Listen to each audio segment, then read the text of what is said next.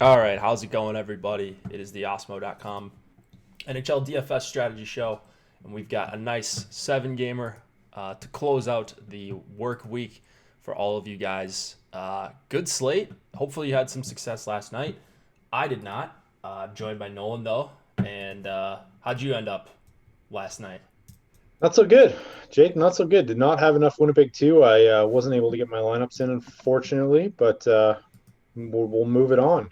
The weird thing is, I had a good amount of Winnipeg too. Yeah. Um, Was it you know, Winnipeg 2, right? Yeah, Yeah. so right after the show, we got confirmation, or at least maybe during the show, we got confirmation that the lines were going to start out that way. So I was a little bit more confident in playing some Winnipeg. But yeah, the Shifley triple dong, hat trick, whatever you want to call it. His line mates didn't do a ton, but one of our own did have quite a bit of success with the Winnipeg 2 stack, the namesake of the site, in fact. So we'll take a look at that in just a second. He's pretty good, apparently. Yeah, he is pretty good. He's coming on in NHL. We've seen his name up there a lot when he's been playing. So I don't think he played a lot over All-Star break. Probably a good thing for us. But hopefully he's not here to take all of our money down the closing stretch of the NHL regular season. Yahoo Daily Fantasy Sports is the presenting sponsor of the Awesemo.com NHL DFS Strategy Show. They're one of the most trusted names in fantasy sports. And good to see that their NHL contests are close to filling already. So only about 77 spots left in this $3. I believe that's still at a 10 max. There we go. $150 to first place, $30 investment, and most importantly, 12% management fee. Go over, play on Yahoo. Use promo code Awesemo to get up to $30 in Yahoo Sports rewards points when you sign up on your initial deposit. The NBA contests are always big over on Yahoo. They ran out a $10 100K no management fee tournament yesterday to celebrate the NBA being back. I don't know who ended up winning that. I know you played it, but had some trouble with the optimizer at lock, right? So couldn't do the last second builds, but no management fee. Whenever they run one of those over on Yahoo, you guys should be checking that out, especially if you have access to the tools on the site, if you're a platinum member or whatever. You're probably going to be okay playing that tournament, regardless if it's a little bit more than what you usually play. And I think it overlaid too, right? Like Did. there was Yeah. additional overlay Pretty with the no massive management overlay, fee. too. Yeah, so I should have ended up jumping in that, but got caught with there was a bunch of stuff at lock, and then was having some issues. So anyway, we have the live blog, which is free for today. What it does, it helps you break down news for the day's slate. 7 games on a Friday, so you're gonna get pretty much for a normal slate. This is what you're gonna get.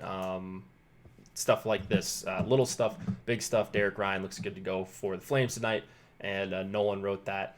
A bunch of contributors will be popping in and giving news and analysis leading up to lock. So go check this out, and let's look over lineup study. See a bunch of you guys are already in here. Thanks for showing up early. If you guys could drop us a like, that would help us out a ton, as always. So got to click on this contest because FC Pro wasn't able to get the lineup study up for NHL last night, but Awesemo took it down. 201 points. One of the only players to score over 200 last night on the slate. It was just a simple 3-3, Florida 1, Winnipeg 2 stack defenseman. He got pretty good production out of his really cheap guys. Ben Hutton, 3.1% owned, scored a goal, had 3 shots on goal, 13 points. Mackenzie Blackwood, 35 save bonus, only allowed 1 goal, got the win, 30 plus points on DK, and then Brett Kulak. So nothing too flashy here for Alex's lineup, but was able to take it down. As always for NHL, when the stacks work out, there's usually a bunch of familiar names up at the top draft charts. Kreller 17, been playing a lot more NHL. That's not good for the rest of us trying to make some money. He's been crushing, and so that's what we had last night in the $10. Let's take a quick look. I haven't looked at the 295. I think I can look at that even if I didn't play it, but let's see.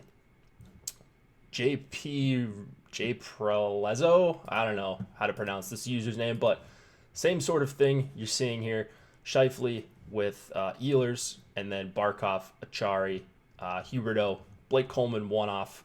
He was 37.3% owned in the $295 tournament. Only had 2 shots on goal, but it didn't matter. He was min salary. Ekblad and Nudavara. How high was he owned?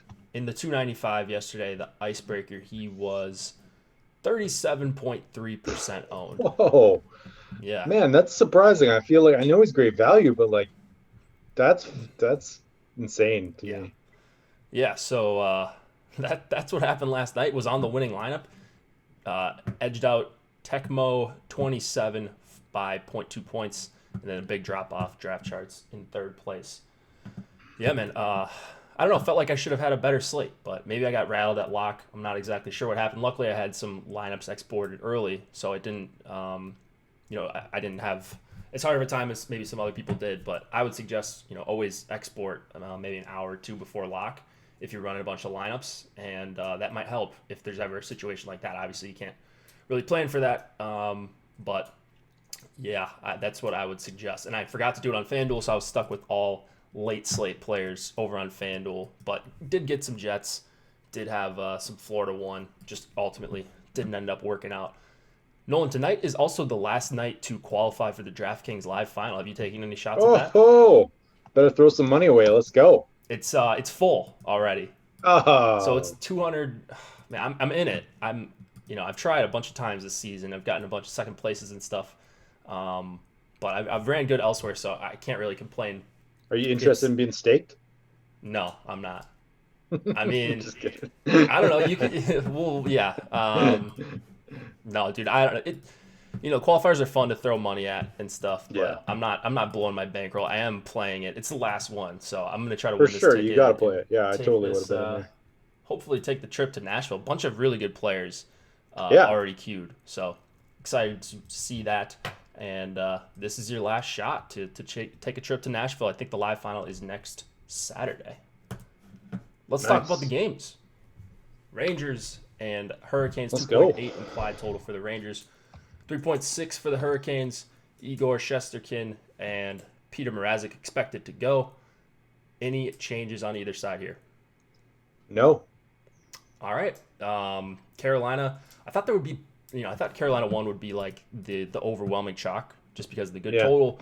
They've got this stacked top line, and they're up there, but I actually they're not even really up there that much. I thought they would be high teens, low 20s, but it looks like we're projecting some of these other lines at the top to be a little bit more popular than them. So I don't know. I mean, Carolina 1 looks a little bit underrepresented to me. The other lines, I mean, the Stahl, Fogle, Williams line probably going to pop as value. Same thing with Carolina 3, but I'm trying to hammer Carolina 1 tonight. I think they have a pretty good case for being the top overall stack based on, I know the Rangers have been better defensively, but don't think there's a bad matchup still. At worst, maybe an average matchup if you go up against the Zibanejad line. And Svechnikov, Teravainen can easily overcome that at 5-on-5. Rangers take a bunch of penalties. They've got everything going for them, including full power play correlation. So I'm not sure what I'm missing here. Maybe just people liking other spots. They like the bigger favorites like the Islanders, and Colorado looks to be popular as they always are with McKinnon. But what are your kind of initial thoughts on Carolina here? Yeah, man, I'm in. 100 minutes so far with Aho, Teravainen, and Svechnikov. They have 3. They're 5th in the NHL in lines expected goals for among lines with the minimum 100 minutes and the top spot in this slate. So fire me up a bunch of those. I'm probably going to be twice as heavy on the field, I'm guessing, something like that. Yeah, I'd love to be around there as well. There's a couple other lines that are also, I think, that look a little bit low in the ownership projections. And so that should be interesting tonight to see where my ownership ultimately ends up falling or my exposures, because I don't think a lot's going to change by the time we get to lock. Maybe the Islanders will come down a little bit and, some of these lines will get bunched together more. But right now it looks like Carolina 1 is one of my favorite plays on the entire slate, if not my favorite. And then on the Rangers side, I don't have much I want to go to. I think like the Stahl, Fogle, Williams line is going to be pretty strong defensively. That's not a great matchup at 5-on-5. You still give the edge to Carolina at even strength here. And Carolina 3 is also a pretty decent line as well. So I'm not finding a ton I'm interested in on the Rangers side. You see anything you like? Yeah, I like Rangers 1, actually. I think that I'm surprised it's not getting a lot of ownership. And I'm just looking at our top stacks tool here. It is one of the best leverage plays on the slate today. So we have them as an 8.8% chance at the top two stacks, only 4% ownership. So give me some NYR1 with some Tony D'Angelo, and let's just wait and see what happens, and maybe we can get a repeat performance tonight. Yeah, I mean, that worked out the other night for Ship My Money in a big way. And so I think that might be the best place to attack, or just some sort of Rangers power play. Whether it's the Yeah. top line or the second line, I think you go with a guy like D'Angelo, pretty good price for him, 4,600. Carolina does take a good amount of penalties. So if they find themselves at 5-on-4 a bunch of times, they've ran hot on the power play recently. And D'Angelo's been the benefactor of that. He's also blocking a lot of shots. I know it's kind of tough to predict blocks, but just guys that are willing to block shots against Carolina, usually a pretty good bet. So you could be seeing him hit that bonus to kind of get you over the top for 4,600. So I don't even mind D'Angelo as a one-off if you're looking to just play a guy in that range. Anything else in this game we need to mention? Any of this Carolina depth? Carolina 3 looks pretty good, right? Like Edel, Kako, and DiGiuseppe is not. I don't think that's going to be a good defensive line at all, right? That's going to be one of their weaker lines. So Holla, Niederreiter, Nichus, is that who you're talking about? Yeah, or like even like the stall line's getting a lot of traction these days, or getting a lot of ice time. That fourth line looks like it's just kind of going over owned, but I don't know. I think I have a bias towards that Carolina 4. I always think they're going to be like not the worst play, but probably a pretty bad play. Walmart, Zingle, and Brock McGinn. Yeah. Yeah, Boston I'm probably out stacks? on that tonight, but if it was a shorter slate, I might consider. Yeah. Slavin, 4,900. I've been kind of waiting for him to do something. He just doesn't project that strong, even with the total. Like he's fine for 4,900, but I don't think would be a guy I'm getting to a lot unless I'm stacking him with the top line. So that's what he would be, just an add-on piece. Another guy you could consider is Trevor Van Riemsdyk at 2,500. Not going to do a lot in general, but just going to play decent minutes playing with Slavin. And then Pesci, if you're paying up a little bit more, $3,700 was another guy. Hayden Fleury also our second best value on the slate today. Hayden Fleury? Yeah, I did actually notice him popping up a little bit. I wonder what I can look into the reasoning as to why. Well, he's just like I think he's just too cheap. Like he's 2,600. Yeah, his shot rates, basically. Yeah, his shot and block rates are actually pretty decent. So if you can project him for like 17, 18 minutes, you're probably still going to need an assist for him to end up on the winning lineup. But if he does get that here, it is a big total. Like there's more assists to go around theoretically. So actually not a bad call there for Fleury as well. Let's go to Detroit and the New York Islanders. 2.1 implied total for the Red Wings. 3.3 for the Isles. Bernier and Varlamov are your expected goalies. Expected is the key word there. We'll know right after lock, but I believe Varlamov and Greiss are the same price. I believe Bernier and Howard are also the same price. In fact, Howard might be a couple hundred cheaper on DK. I'm not sure about FanDuel, but anything newsworthy here? Yeah, so Derek Brassard is out for the Islanders. Late, I guess, addition to the injury report. He left. I don't know if he left last Wednesday's game, but he was injured there. So this kind of screws up all the Islanders lines actually, and like makes them, I think, it makes Islanders 1 a lot more appealing and the rest of them less so. Bailey moving to center with Ladd and Dalcol. Nelson and Beauvillier stay together, but Leo Komarov moves up, which I think is kind of not so good. So yeah, kind of weak for the Islanders. It's pretty much just NYI1 or bust for me. I don't know, unless you can talk me onto a NYI2 with Leo Komarov, or just leave him off or something. I mean, he's going to be the guy that gets left off, and he's dirt cheap. So if they score a full line goal, if he's the one that does it, you're going to feel dumb if you leave him off.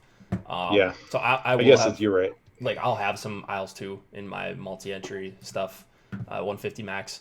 But obviously, like the premier play here is Isles 1. Just too cheap for a good matchup. I know they've had trouble scoring, so people were pointing out in chat. I don't really care here against Bernier or Howard, whoever it is. Good total, good matchup too against either Detroit 1 or Detroit 2. And I mean, fully correlated on the power play. Like you've got three guys that can score goals. Barzal, one of the better playmakers. You can pair him with Tays. You don't have to. But I'm also looking to. I'm not sure if I'm going to 5-man stack this power play or 4-man and mix Nelson in. Maybe replace like Eberle instead of Nelson in some of my Isles stacks. 5,700. I don't think he's going to be nearly as owned as some of these other guys on the Islanders, but I think it's a good matchup as well for Isles 2. You could also do something like Nelson, Beauvillier, and Lee. So you've got 2 links together at both power play 1, and then obviously Nelson and Beauvillier at 5-on-5. So a bunch of different ways to attack it, but I don't want to leave off Nelson. Like I don't want to just forget about him because he's on the weaker line. I think there is some merit into stacking the full line, but definitely mixing him in some sort of power play stacking would also be ideal for me tonight. Anything you want to add on the Islander side, and then what do you think about Detroit? Anything you want to mention there? I don't know. Like Detroit's maybe a little bit of a sneaky play tonight. Yeah, I think Detroit 1 going under owned according to the top stacks tool. Let me just check. Yeah, going a little bit under owned. Not super expensive either. You know, I think Fabry kind of lowers the cost, so I kind of like them as a I don't know, just a pivot line tonight. You don't need too much to get overweight. No, I agree. Detroit 1 would be the line I'm looking at. I feel like I'm always playing them, just constantly having 10% of them, even when they're not in great spots. It's not a great spot, but I don't think the Islanders have shown that there's like elite defensive team. So it is a low total, but if they overperform it, if they get 3 goals here, which isn't crazy to think of, it's a good chance that Larkin and Fabry and Mantha are factoring into that. So what about Detroit 2? I'm less likely to play that. I think they might see the Barzal, Lee, Eberle line a decent amount. I think it might be Nelson and Komarov and Beauvillier against the Larkin line. And then Barzal, Lee, and Eberle, that's a big advantage for them if they go up against Filppula, Bertuzzi, and Athasiu, in my opinion. So I'm like, yeah, they're going to be lower owned, but I'm not crazy about the Filppula line at all. I know they had good results last game, but yeah, not really my cup of tea tonight. Let's just take a look at what their minutes are so far. I don't think they have a huge sample size, though. Let me see. Gonna say, oof. I think they're really weak defensively. I know at least Filppula and Athanasiou are, but that's pretty much expected. Filppula, Clinton. So when they had Mantha on the line, here. When it was Filppula, Athanasiou, Mantha for 55 minutes, they were giving up 2.7 expected goals against per 60. That's pretty small sample, but anytime it's Filppula and Athanasiou, I'm looking through some of the lines here. Yeah, 3.7 expected brutal. Goals against per 60. Yeah. Second worst combination on the team. So. Yeah. So, I don't know, man. I like to play some better lines. I think just because of the name brand people just like Athanasiou and Bertuzzi's 4,400, and so people might get to that as a sneaky secondary stack. I'm not necessarily going to X them out, but if I'm getting to more than 3% of them or something, I'll probably just end up limiting them around there. Tays, Pulak, Letty, our boy Biega looks like he's with Patty Nemeth. Maybe he's back. The time to go there, right? If he's going to play 18 minutes. I went to him anyways the other day, and it didn't work out. Very smart. No. Rarely does with this guy. I don't really have much on the Islanders blue line outside of Tays on the top power play. Pulak is 5,600, little expensive, but I guess he does have some upside. And then Letty's crazy cheap. He's still playing 20 minutes. Just such a low upside player that it's hard to get more than a sprinkle of him, right? Yeah, for sure. All right, let's go to the Preds and the Blackhawks. 3.3 implied total for the Predators, 3.1 for the Hawks. Saros slash Pecorine going for the Predators, and then Crawford for the Hawks. Do we see anything new here? Yeah. So Nick Bonino, I don't know what's going on with Nick Bonino. I think he's out tonight. Missed practice yesterday. Not sure if this is like a trade thing. I think he's just injured, but didn't skate this morning. So looks like it's going to be Turris with Smith and Grimaldi. I'd watch these line rushes though. And then we get our old line back, Jake. How excited are you tonight to play Johansson, Forsberg, and Arvidsson? Yeah, pretty excited. I mean, they've been lackluster actually this season. If you just look at this season numbers, but in a huge sample, last year, they were awesome together. So like well over 3 expected goals for per 60. They were just awesome at generating chances, and I know they didn't have the huge performances, but they're way too cheap here. Whether they go up against Tays or the Carpenter line or Chicago 3, I mean, I think they've got a chance to do some damage against any of those lines. So there's really no bad matchup. It is a good implied total. This Hawks team, I think, is pretty fraudulent. I always expect them to get lit up all these games. They seem to not get lit up that badly. But this is a spot where I'm attacking them with Nashville all over the place. And then on the Blackhawks side, probably sticking with the Carpenter line for the most part, or Chicago power play. I'm kind of out on this Chicago third line. It looks like they're going to get played tonight a bunch. And any like chalky third line that I don't think is that great is probably not where I'm going to end up going. Yeah, that's fair. If they're going to be chalk, I'm with you. If not, then I think it's not a bad option. Yeah, so chalk for a third line, right? They're one of the more popular third lines tonight. I saw like Dallas 3 as well. Looks a little bit too popular for my liking, especially against St. Louis. Like this is at least, those guys all get secondary power play time or whatever.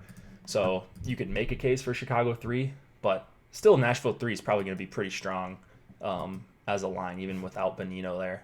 I guess if Turris can be close to an average player. What about the second line here for the Predators? Duchesne, Granlund, and Yarncroc. Do you have any thoughts on them? I don't know.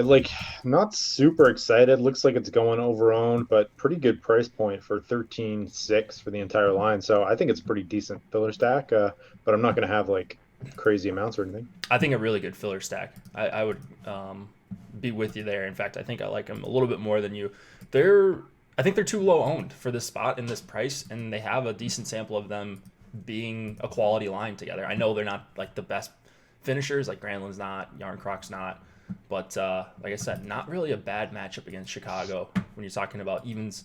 And then if you get the power play time, that's just even more of a bonus. Yossi, Ellis is a game time decision you mentioned, right? I did not mention that, no. Okay.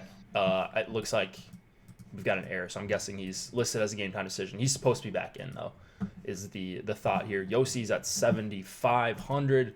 He is right up there as my highest owned defenseman. Not a huge gap between him because of the price. But, I'm going right back there once again. And then I do like Ellis, though, as well. I'm trying to look up his price quick. He is 6,200, though. Whoa. Great contrarian play tonight, though, if he goes, because you're looking at 1% owned. It's not a strong slate for defensemen either. Like Yossi, Pietrangelo not really in a great spot. There's like Krug, Cale Makar, Klingberg, the Dallas guys, and then Darnell Nurse. It's just every other day. Like we had a bunch of good defensemen going last night. We don't really have a bunch tonight. So maybe tomorrow it would be a better slate for top end defensemen. But I think Yossi and Ellis are both up there for me. Probably a downgrade to Ekholm with Ellis back in the lineup. He probably scoots down closer to 20 minutes rather than like he was getting 24, 25 some games. And then on the Blackhawks, Gustafsson all the way up to 4,600. He was 3,600 last slate, I want to say. That's crazy. So I think that this must be the algorithm, right? Like he gets massively owned. Same thing happened to Nurse on this slate too. He went up like 2 Gs. Yeah, so he went from, he was playing like even a couple weeks ago, he was playing 22 minutes, and then he played under 18, and then back to 24 and 22 the last 2 games. So yeah, I think Gustafson's fine still for 4,600. Probably priced more appropriately tonight than what he was on the last slate, where he was just way too cheap. He didn't even do anything crazy. Let's go to the Blues and the Stars. 2.6 implied total for the Blues, 2.8 for the Stars. Jordan Binnington and Ben Bishop. Actually, it might be Jake Allen tonight, actually, because Binnington went last night, got a shutout.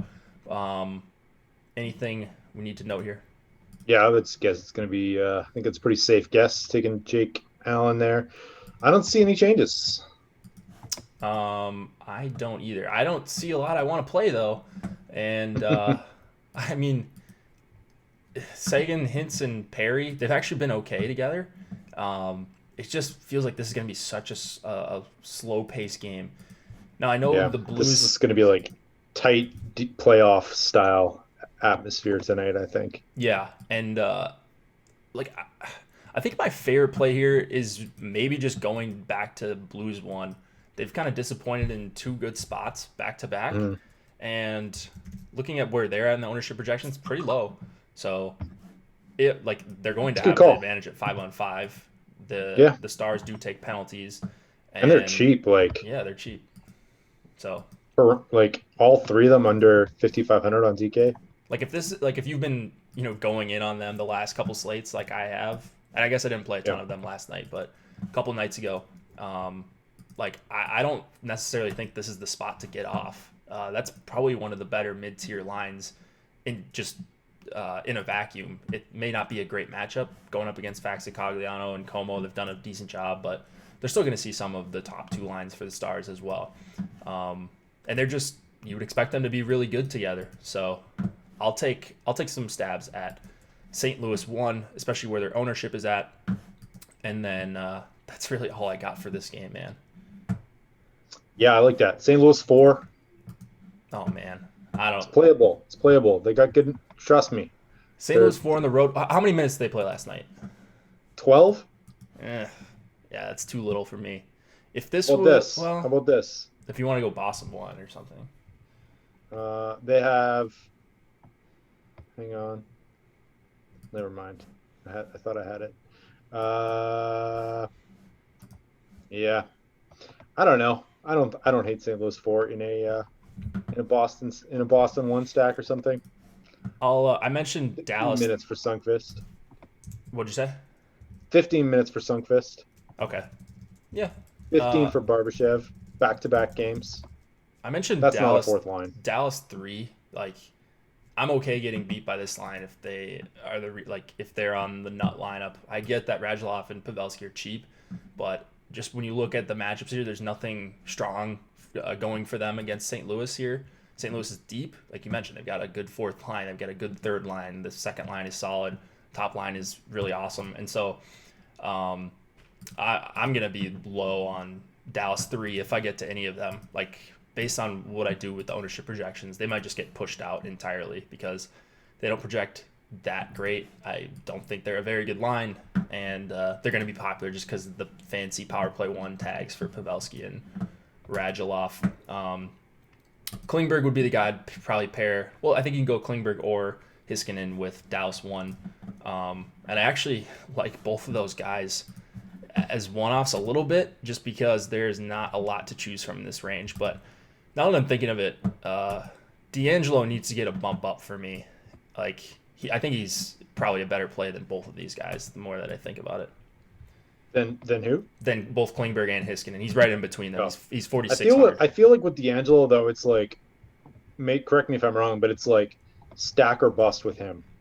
No. I mean, he's definitely had huge performances when Rangers 1 has had huge performances. Yeah, he's been boom or bust. I mean, that's a good point. The only times I use him are with Rangers 1 stacks, but okay, I don't know. Yeah, that's not a bad idea. Tell me I'm wrong. No, you're not. I was thinking more I thought he had more of a floor with block shots and stuff like that, but he does definitely rely on at least the big performances on power play. Yeah. But so does Klingberg too. So it's true. Yeah. I don't know. Maybe you just split the exposure between those guys. I don't see a huge difference between them and Heiskanen as well.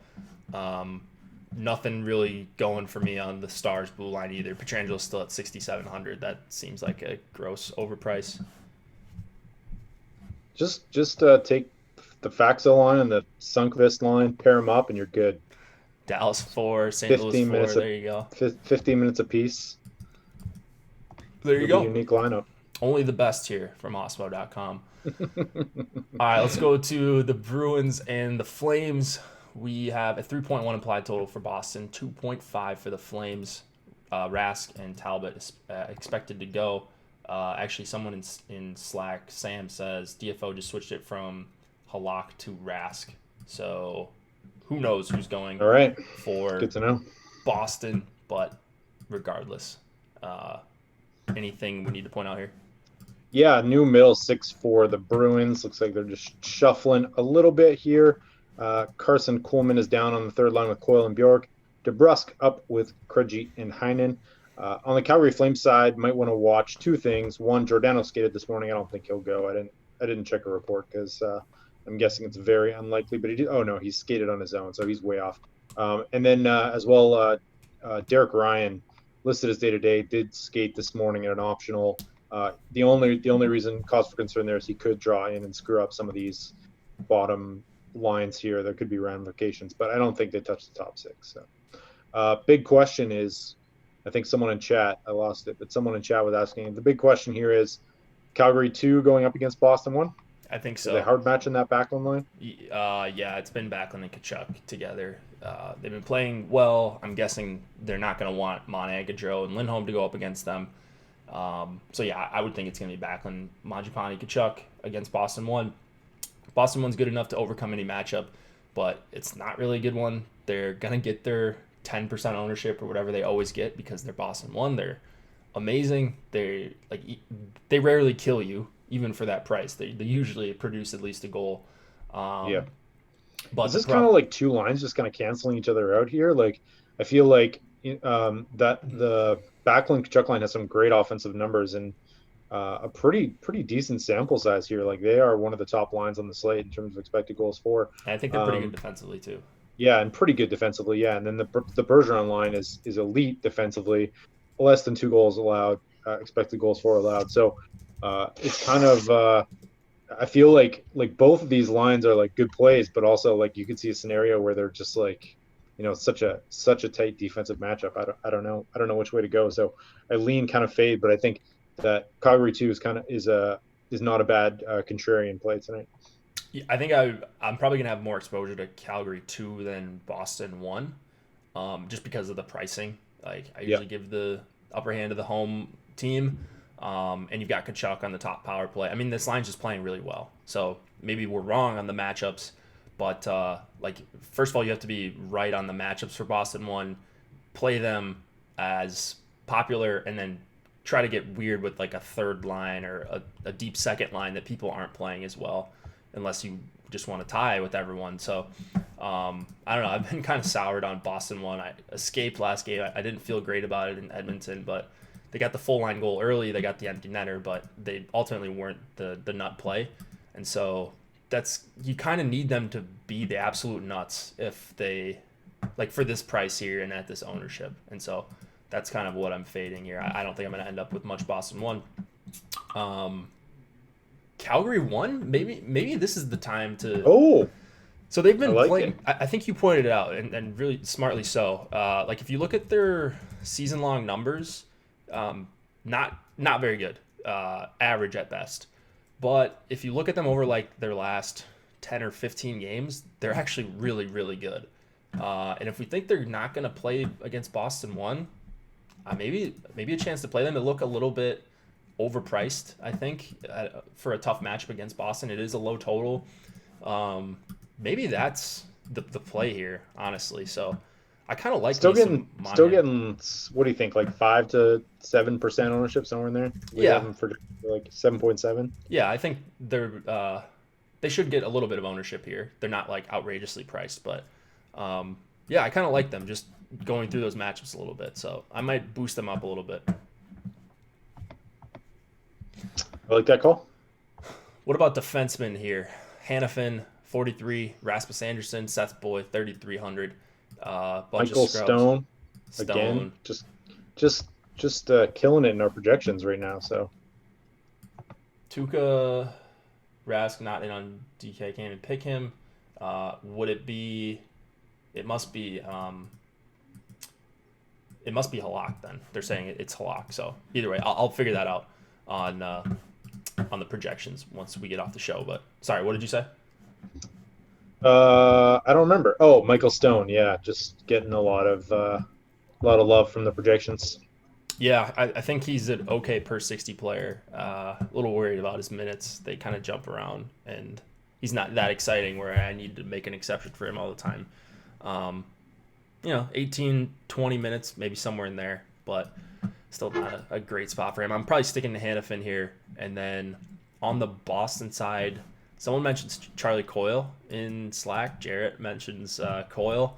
I kind of like that call on Boston 3 if you're getting really deep here. So that's really all I have in this game. What about, I like kind of putting Hannafin in with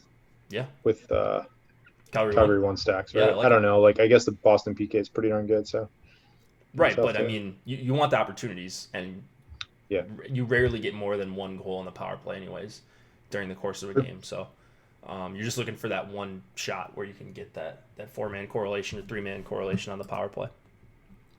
Let's go to the Wild and the Oilers. 2.7 implied total for the Wild, 2.9 for the Oilers. Stalock and Koskinen are your goalies. Bunch of garbage outside of Edmonton's top line. Let's make it a rule that we don't talk about anything beyond Edmonton 1 until McDavid gets back. Like Riley Sheehan's playing like 18 minutes a night. It's oh my god, disgusting. Archibald is playing double-digit minutes.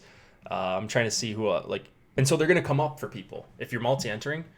Like, they're coming up for me, and that's just because of like Sheehan's last 3 games, 17, 18, 15 minutes. So even if they project not good on a per 60 basis, they're playing like a top-ish tier line, and they're dirt cheap. So I suppose they could get it done. But yeah, I mean, just nothing besides complete flyers on anything below Edmonton 1, right? Yeah.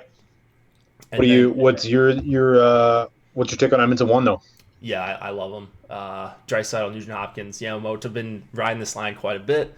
They are very expensive. Minnesota is a good defensive team. However, I think it's a pretty good I think it's a really good matchup actually for Edmonton 1. First of all, we know they're going to play a ton of minutes. Minnesota, not a great penalty kill. They're going to go up a lot against the Stahl, Parise, Fiala line. That line's been really exciting offensively, not strong defensively. And I think Edmonton 1's like one of my favorite plays, maybe my favorite play on the entire night, up there with like Carolina.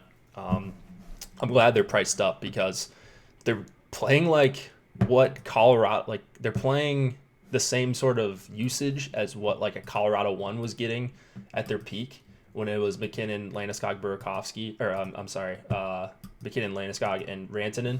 And like they're still not priced high enough for me to get off of them here. So it's a low total. I hope that scares some people off. But yeah, I love Edmonton 1 once again. Yeah, cool. I will make sure to get some of them in because I trust what you have to say on the subject. All right, man. I like to hear it. So we're going down with the Edmonton 1 train. So last game against Boston, I'm trying to think. I was looking at stuff last night, and I like to look through the game reports on Natural Stat Trick. They kind of held their own against Boston 1, and that's about as good as you could ask for. They only gave up 1 goal to them at 5-on-5, or no, they had 1. Yeah, at 5-on-5, the one early one. They looked pretty decent when I was watching. I know I don't have the best eye for talent or anything like that, but I thought they looked good, and I think it's a good spot here. So I don't know. I mean, you could go to the Parise line on the other side, Parise, Stahl, and Fiala. That's a fine option as well. But I'm not crazy about Minnesota in this spot. Dumba, 4,800. Got to mention him. Sure. Yeah, I don't know. I like in that price range. I like Hampus Lindholm more. But okay, yeah. I mean, and then Nurse on the other side, just the obvious Edmonton defenseman you want. Ethan Bear, I think, saw an uptick in minutes as well. Nurse went to almost 30 minutes last game. got the 3-shot bonus or 3-block bonus. Almost got the 5-shot bonus. He's probably going to be a bonus machine while Clefbaum is out. So I'm firing him up a ton tonight on all the sites. So really, even at that price point. Yeah, 6,200. I mean, if he's going to play 30 minutes, he's a good per 60 guy too. So he was playable at 5K when he was playing 20 minutes a night. If he's going to play 25, 26, 28 minutes some of these nights, I love him. Good call. I like it. I was kind of scared off by that price, and it looks like a lot of people are just by that price jump from 46 to 62. But just because people aren't used to paying that, but I think that's a good call. I'm surprised the dynamic pricing priced Edmonton's top line and Nurse up this so high quickly against Minnesota, no less. Like it was gonna be a low total game, 2.9 for the Oilers. But yeah, I'm glad they did. Hopefully that lowers the ownership. For sure. Last game of the night, if you guys could. Oh wait, I just want one more question. Yeah. Alex Stalock, why is he so cheap? I don't know. It's weird. It's a winnable game for the Wild. Like Edmonton has one good line. I feel like I'm comfortable popping him into a lot of lineups where that don't otherwise fit unless I have him in. So I don't know. I don't know how you feel about that. It's never a good thing taking a $6,900 road goalie, but I mean a $6,900 goalie with less than 3 goals expected against him though. So that alone, I think you're good. I think there's probably a chance for the bonus. But I'm more on the Edmonton side, so I'm kind of talking out of both sides of my mouth. So I get the cheap price on Stalock though. Last game of the night. If you guys could drop us a like before you head on out of here, that would be very much appreciated. Again, you want to check out the NHL live blog that we've got going on if you want to get some reactions to late news, a little bit of analysis as well leading up to lock. In addition to the premium Slack chat, this is another great tool to get all your news in one place and quickly react to anything that you need to. Pavel Francouz against John Gibson, 3.3 implied total for the Avs, 2.6 for the Ducks. Anything new here? I don't think anything crazy, but just that Cam Fowler is out tonight, it looks like. So I'm guessing Hampus Lindholm will go up to that top unit. I wouldn't trust these daily face-off power play guesses, but kind of a boost for him. That's about it. Yeah, big boost for Lindholm. I think he played 26 and 25 minutes his last 2 games. Oh, did this happen last game? I must have missed it. They did. So I think those power plays are actually correct for what we have.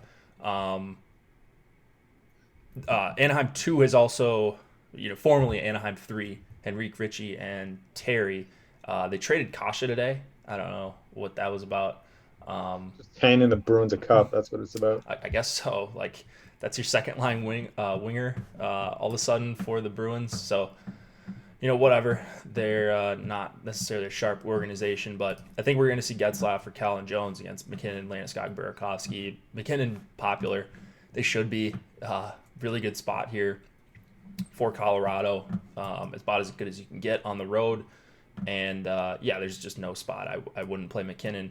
I will say, though, I do like the Henrique Ritchie Terry line. I wish they were listed as Anaheim 3 because people just don't like playing third lines. But that's the line I prefer on the Duck side. Do you like anything else in this game? Because it's never that interesting to talk about McKinnon when he's going to be popular. It's always like, all right, you can play him. You can play his line mates. You just got to be a little bit different elsewhere. Yeah, I'm getting to a lot of the McKinnon line. My most owned line in crunches today. I think if you're pretty much straight crunching, he'll be the number one owned line. So, but I like him. I like that line a little bit more than the Boston line. Still getting some leverage on the ownership, I think, in terms of top stack. So, makes sense to me. I don't know. It's not the greatest spot, but it's still pretty darn good, right? Yeah, I mean, good spot for sure. I think. Yeah. And the Raquel Getzlaf Jones line probably not going to be one of your stronger defensive lines. They haven't been to this point, so yeah, I don't really see anything holding me back from McKinnon except for ownership and what you can, like the actual lineups you can build with him. So that's the only concern. Is Del Zotto a thing now? I mean, so we back playing Del Zotto. I'd rather play Gooley. Yeah, I know, right? 2,900 for Delzato. I actually looked at him for a minute. He played over 20 minutes last game without Fowler, so I suppose. Is that going to be their shutdown pairing? No, it's going to be Manson and Lindholm. It's going to be Manson and Lindholm. Yeah. Those guys get the most. Okay, so those guys, like I'd probably rather play Manson just because he's going to play a lot of minutes. Maybe he can stand in front of 5 shots if he's brave enough to do that against the McKinnon line. That's really all you're looking for, I suppose. On the Av side, Makar, kind of the best of some poor options in this range. So I greatly prefer Nurse for 6,200, but if you can't get up to him, I think Makar is definitely a good option in this range. One of the better ones we have because it's really shallow after the top couple guys. Yeah, agreed. Ready to play Graves? We ready to go with Gerard for our one shot? Graves one up block? to like 7K now. Graves is 5,300. He's a bargain. What was the question? No, I was just joking there. Oh. I don't really have anything in this game except Colorado 2 looks cheap to me. They look actually really cheap, and they were good last game. So yeah, take that for what it's worth. But maybe this Comfort, Nichushkin, Donskoy lineup line can be pretty solid for under 12K on DraftKings. That seems like a I like that call. All those guys have some offensive upside, right? So Val Nichushkin, how about him? Just but a wherever he's rebound gone. season this year. He's looking good. Colorado being super smart, man.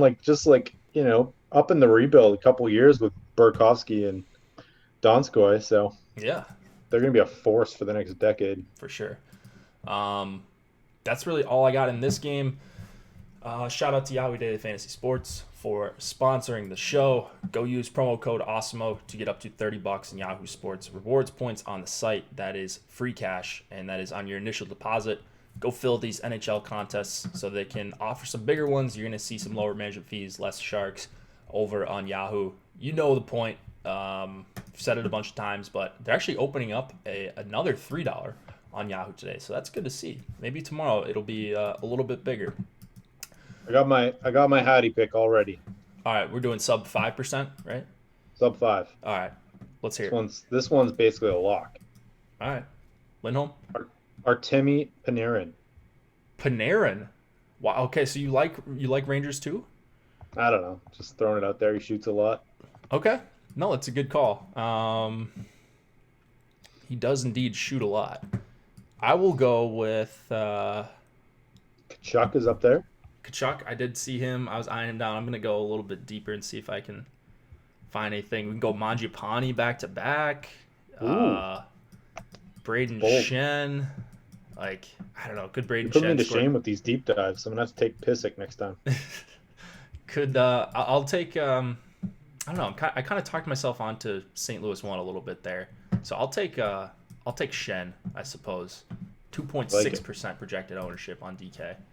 Feel free to drop your 3%, 5% owned Hatties in the comments section if you guys want to drop us a comment. Also, we are going to be asking for you guys to rate and review us on podcasts, so just be aware of that. We're going to be having some promos dropping very soon. Goalies. Nolan, do you have any hot take goalies? No, just I think Varlamov's our best projected play, and you like Stalock? Stalock is a really cheap option. So yeah, Stalock, good cheap option. I mean, I talked about Edmonton a bunch, fawned all over them, but yeah, on the other side, if you are one-off in goalies, probably it looks just like a mistake on DK's end, to be honest. Varlamov, you mentioned as well.